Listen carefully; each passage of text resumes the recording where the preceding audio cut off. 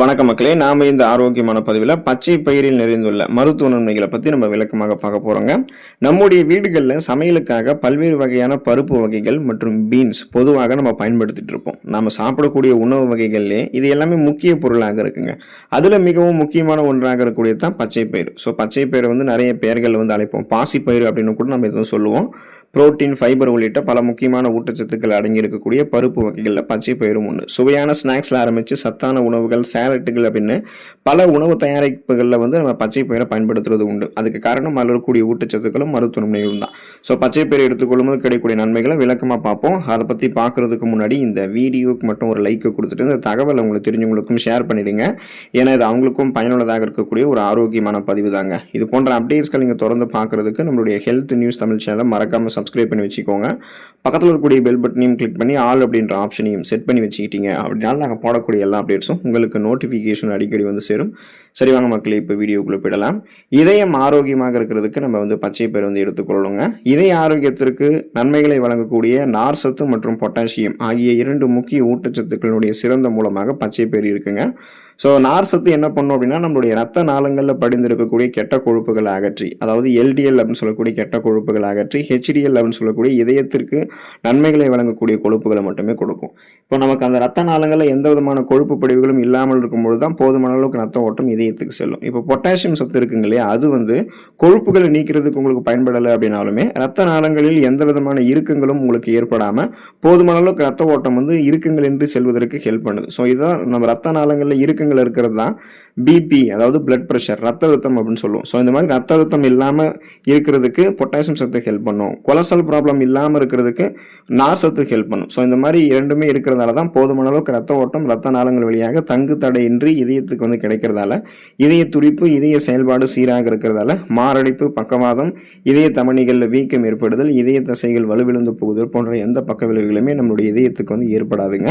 இப்போ குறிப்பாக பார்த்தீங்க அப்படின்னா நம்ம எடுத்துக்கொள்ளக்கூடிய இந்த பச்சை பயிரில் கொழுப்பு மற்றும் சோடியம் எல்லாம் குறைவாக தான் இருக்கு. ஸோ இதன் காரணமாக தான் இதய ஆரோக்கியத்திற்கு ஏற்ற ஒரு உணவாக பச்சை பயிர் இருக்குன்றது தெரிஞ்சுக்கோங்க. உங்களுடைய உடல் எடையை எந்த விதமான பக்க விளைவுகளும் இல்லாமல் ஆரோக்கியமான முறையில் குறைக்கிறதுக்கு பச்சை பயிர் உங்களுக்கு உதவிகரமாக இருக்குங்க. பச்சை பயிரில் புரோட்டீன் மற்றும் ஃபைபர் அதிகமாக இருக்கு. ஸோ இது இரண்டுமே எடை இழப்புக்கு உதவக்கூடிய குறிப்பிடத்தகுந்த ஊட்டச்சத்துக்களை தான் கொண்டிருக்கு. பச்சை பயிரில் இருக்கக்கூடிய புரோட்டீன் மசில்ஸ் மாசை உருவாக்குறதுக்கும் மற்றும் அதை பராமரிக்கிறதுக்கும் ஹெல்ப் பண்ணுது. அதே நேரம் பச்சை பயிரில் இருக்கக்கூடிய ஃபைபர் அப்படின்ற நார் சத்து நீங்கள் சாப்பிட்டதுக்கு அப்புறம் நிறைவாக திருப்தியாக உங்களை உணர வைக்கிறதுக்கு ஹெல்ப் பண்ணுது. ஸோ இது தவிர பச்சை பயிரில் கலோரிகள் குறைவு அப்படின்றதால எடையை குறைக்கூடிய முயற்சிகள் இருக்கக்கூடியவங்க சிறந்த உணவு தீர்வாக பச்சை பயிர் எடுத்துக்கலாம். நம்ம வெயிட் லாஸ் பண்ணணும்னாலே நம்ம அதிக கலோரிகள் நிறைந்திருக்கக்கூடிய உணவுகளை எல்லாம் எடுத்துக்கொள்ளக்கூடாது. அப்படி எடுத்துக்கொண்டோம்னா நம்மளுடைய உடல் எடை இன்னும் அதிகப்படுத்தப்படுமே தவிர உடல் எடை குறைக்க முடியாது. ஸோ நாம எடுத்துக்கொள்ளக்கூடிய உணவுகள் கலோரிகளினுடைய அளவு குறைவாக இருந்து அதே சமயம் நமக்கு ஊட்டச்சத்து அளித்து ஆற்றலை கொடுத்து பசியை கட்டுப்படுத்தக்கூடிய உணவாக இருக்கணும். பச்சை பயிர் அது போன்ற ஒரு உணவு தான். ஸோ இதை நீங்கள் டயட்டில் ஆட் பண்ணிக்கணும். மார்னிங் இதை நீங்கள் சாப்பிட்டீங்கனாலே அதிகமாக உணவுகள், அதிக கலோரிகள் இருக்கக்கூடிய உணவுகளை எடுத்துக்கொள்ள மாட்டீங்க. மேலும் பச்சை பயிரில் இருக்கக்கூடிய நார் சத்து ஏற்கனவே உங்களுடைய உடலில் தேங்கிருக்கூடிய அதிகப்படியான கொழுப்புகளை கரைத்து உங்களுக்கு வேண்டிய ஆற்றலாக மாற்றி கொடுத்துரும். ஸோ கொலஸ்ட்ரால்ஸை எனர்ஜியை கன்வெர்ட் பண்ணி எரிச்சிக்கலாம். தொப்பை, தேவையில்லாத கொழுப்பு படிவுகள் எதுவுமே உங்களுக்கு இருக்காது. கனக்கச்சிதமான கட்டுடல் மீனியை பச்சை பயிர் உங்களுக்கு கொடுக்கும். செரிமானத்தை மேம்படுத்துவதற்கு பச்சை பயிர் நம்ம எடுத்துக்கொள்ளலாங்க. சிறந்த செரிமானத்திற்கு ஃபைபர் என்று சொல்லக்கூடிய நார் சத்து அவசியமாக இருக்கு. அது பச்சை பயிர் இருக்கிறதால செரிமான அமைப்பு சீராக இயங்குவதற்கு பச்சை பயிர் உதவி பண்ணி இந்த மலச்சிக்கல் அப்படின்னு சொல்லக்கூடிய இந்த கான்ஸ்டிபேஷன் பிரச்சனைலாம் ஏற்படுவதை முன்னாடியே தடுக்கும். செரிமான அமைப்பு தவிர குடல் ஆரோக்கியத்திற்குமே பச்சை பயிர் சிறந்தது தாங்க. இது தவிர ஃப்ரீ பயாட்டிக்ஸ்களுடைய சிறந்த மூலமாக பச்சை பயிர் இருக்கு. ஸோ இந்த ஃப்ரீ பயாட்டிக்ஸ் அப்படின்றது குடலில் இருக்கக்கூடிய நல்ல பாக்டீரியாக்களை ஆதரிக்கக்கூடிய ஒரு வகையான ஃபைபர்.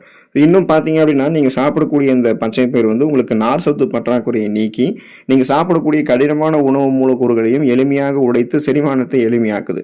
செரிக்கப்பட்டிருக்கக்கூடிய உணவு மூலக்கூறுகள் ஊட்டச்சத்துக்கள் உறிஞ்சப்பட்டது போக மீதம் இருக்கக்கூடிய கழிவுகளையுமே உங்களுடைய குடல்கள் வெளியேற்றிவிடும். அப்போ உங்களுக்கு அந்த கழிவுகள் குடல்களில் தேங்குவதால தான் நிறைய பிரச்சனை ஏற்படுதுங்க இல்லையா. ஸோ அந்த மாதிரி இல்லாமல் இருக்கிறதுக்கு கழிவுகள் எதுவுமே தங்காம வயிறு, குடல் ஆரோக்கியத்தை மேம்படுத்தி ஒட்டுமொத்த செரிமான மண்டலத்தையுமே நீங்க பலப்படுத்திக் கொள்வதற்கெல்லாமே பச்சை பயிர் எடுத்துக்கொள்ளலாம். இதனால உங்களுக்கு அந்த சீரற்ற குடல் இயக்கம், கடுமையான மலச்சிக்கல், வயிற்று வலி, வாயு பிரச்சனை, வயிற்று பொறுமல், வயிற்று உப்புசம் இது மாதிரி உங்களுக்கு எதுவுமே ஏற்படாது. ரத்தத்தில் இருக்கக்கூடிய சர்க்கரையினுடைய அளவை கட்டுப்படுத்துறதுக்கு பச்சை பயிர் எடுத்துக்கொள்ளலாங்க. அதுக்கான காரணம் என்ன அப்படின்னா பச்சை பயிர் குறைந்த கிளைசமிக் குறியீடு கொண்டது, அதாவது லோ கிளைசமிக் இண்டெக்ஸ் கொண்டது அப்படின்றதால நீங்க பச்சை பயிரை சாப்பிட்டதுக்கு அப்புறம் ரத்தத்தில் சர்க்கரையினுடைய அளவு வேகமாக அதிகரிக்க பாதிக்காது. எனவே இது நீரிழிவு நிலை அல்லது ஃப்ரீ டயாபெட்டிஸ் இருக்கிறவங்களுக்கு சிறந்த உணவு தேர்வாக இருக்கும். பச்சை பயிரில் இருந்திருக்கக்கூடிய நார் சத்து ரத்த ஓட்டத்தில் சர்க்கரை உறிஞ்சப்படுவதை மெதுவாக்குறதுக்கு உங்களுக்கு உதவிகரமாக இருக்கும். அதாவது பிளட் சுகரோட அளவு நிறைய பேருக்கு வந்து பார்த்தீங்கன்னா அவங்க சாப்பிடக்கூடிய உணவுகளில் கார்போஹைட்ரேட்லாம் இருக்கிறதால உடனே ஹை லெவலில் உங்களுக்கு இன்க்ரீஸ் ஆகிடும். ஸோ அந்த மாதிரியெல்லாம் வந்து நீங்கள் பச்சை பயிரை சாப்பிடும்போது உங்களுக்கு ஏற்படாது. ஏன்னா பச்சை பயிர் வந்து கார்போஹைட்ரேட் கிடையாது. இது ஹை கிளைசமிக் குறியீடு இருக்கக்கூடிய உணவு கிடையாது, லோ கிளைசமிக் இருக்கக்கூடிய உணவு. ஸோ இதில் இருக்கக்கூடிய அந்த நார் சத்து நிறைய ஊட்டச்சத்துக்கள் எல்லாமே ரத்தத்தில் சர்க்கரையினுடைய அளவை அதிகப்படுத்துமே தவிர உங்களுக்கு ரத்தத்தில் சர்க்கரையினுடைய அளவை குறைக்குமே தவிர அதிகப்படுத்தாது. ஸோ அதை நீங்கள் நல்லா ஞாபகம் வச்சுக்கணும். ஸோ பிளட்ல இருக்கக்கூடிய சுகரோட அளவை நீங்கள் கண்ட்ரோல் பண்ணி நாளடைவில் அந்த சுகர் ப்ராப்ளத்தில் நீங்கள் விடுபடணும் அப்படின்னாலும் ஃபியூச்சரில் வந்து சுகர் ப்ராப்ளம் வராமல் நீங்கள் ஆரோக்கியமாக இருக்கணும் அப்படின்னாலுமே இப்போ இருந்தே நீங்கள் பச்சை பயிறு உணவுகள் எடுத்துக்கொள்ளலாம். தினமும் ஒரு கைப்பிடி அளவு எடுத்துக்கொள்ளலாம். முடியாட்டி போனால் வாரத்தில் ஒரு தடவையாவது எடுத்துக்கொள்ளக்கூடியது பழக்கமாக வச்சுக்கிட்டிங்கன்னா அந்த நீரிழிவு அப்படின்ற ஒரு பிரச்சனையும் உங்களுக்கு இருக்காது. நோய் எதிர்ப்பு சக்தி திறனை அதிகப்படுத்துறதுக்கு பச்சை பயிரை நீங்கள் எடுத்துக்கொள்ளலாங்க.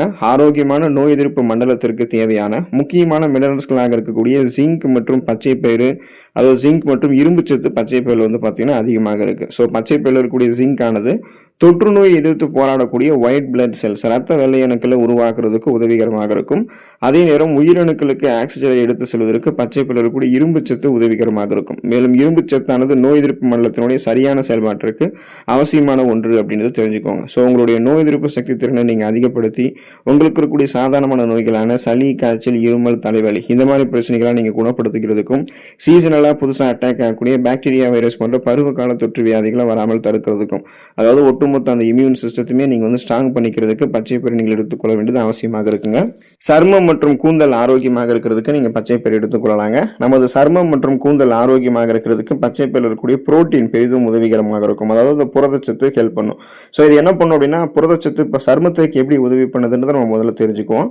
நம்மளுடைய சர்மத்தில் புரதச்சத்து வந்து போதுமான அளவுக்கு இருக்கிறதால தான் கோலோஜன் உற்பத்தி மேம்படுத்தப்பட்டு வறட்சி ஏற்படாமல் சர்மத்தில் வந்து ரத்த ஓட்டம் சிறப்பான அளவில் பாயும் போது நமக்கு வந்து முகப்பொருட்கள், கண் கருவளையங்கள், கரும்புள்ளிகள், வயதான சுருங்கிய தோல் அமைப்பு, கோடுகள், கரைகள் கொண்ட மாசு மறுவடைந்த சர்மம் எல்லாம் இல்லாமல் மின்னக்கூடிய பளபளப்பான மிருதுவான சர்மம் இருக்கு. ஸோ அதுக்கு காரணமே அந்த கோலோஜன் உற்பத்தியை குறையாம நம்ம சர்மத்தில் பாதுகாக்கிறதுக்கு பச்சை பயிரில் இருக்கக்கூடிய புரோட்டீன் தான் உதவிகரமாக இருக்கு. அப்போ சர்மத்தில் இருக்கக்கூடிய அந்த டெட் செல்ஸ், இறந்த செல்கள், அழுக்குகள், கழிவுகள், கிருமிகள் இது அத்தனையுமே வெளியேற்றி ஒரு இளமையான சரும தோட்டத்தை நீங்கள் பெறணும். அதுவும் சுருக்கங்கள் எதுவும் இல்லாமல் சரும பிரச்சனைகள் எதுவும் இல்லாமல் ஒரு ஆரோக்கியமான சருமத்தை பெற்றுக்கொள்ளணும்னா நீங்கள் பச்சை பயிரை எடுத்துக்கொள்ளலாம். அல்லது இந்த பச்சை பயிறு, பாசி பயிறுன்னு சொல்லக்கூடிய இதை வந்து நீங்கள் அரைத்து சருமத்தில் பூசினீங்க அப்படின்னாலுமே உங்களுக்கு சருமம் வந்து அழகாக தான் இருக்கும். உணவுகள் எடுத்துக்கொண்டீங்கன்னா உள்ளிருந்து ஊட்டச்சத்துக்கள் சருமத்திற்கு வந்து கிடைக்கப்பெற்று சருமம் அழகாக இருக்கும். இப்போ இது வந்து பார்த்தீங்கன்னா அந்த புரோட்டீன் வந்து நமக்கு முடி செல்களையுமே உருவாக்குறதுக்கு, முடி செல்களில் ஏதாவது பிரச்சனை ஏற்பட்டுச்சுன்னா அதை வந்து அந்த சேதத்தை சரி செய்யறதுக்குமே உதவிகரமாக இருக்கும்.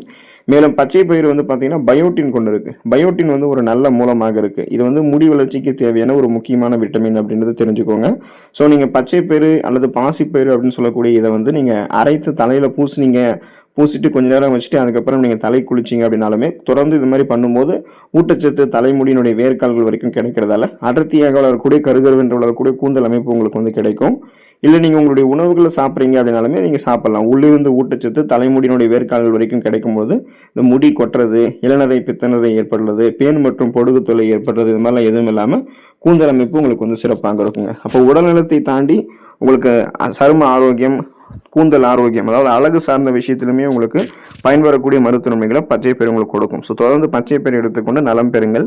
அடுத்த ஆரோக்கியமான பதிவில் மறக்காமல் சந்திப்போம். உடல் நலத்தை ஆரோக்கியமாக பராமரித்துக் கொள்ளுங்கள். நன்றி மக்களே.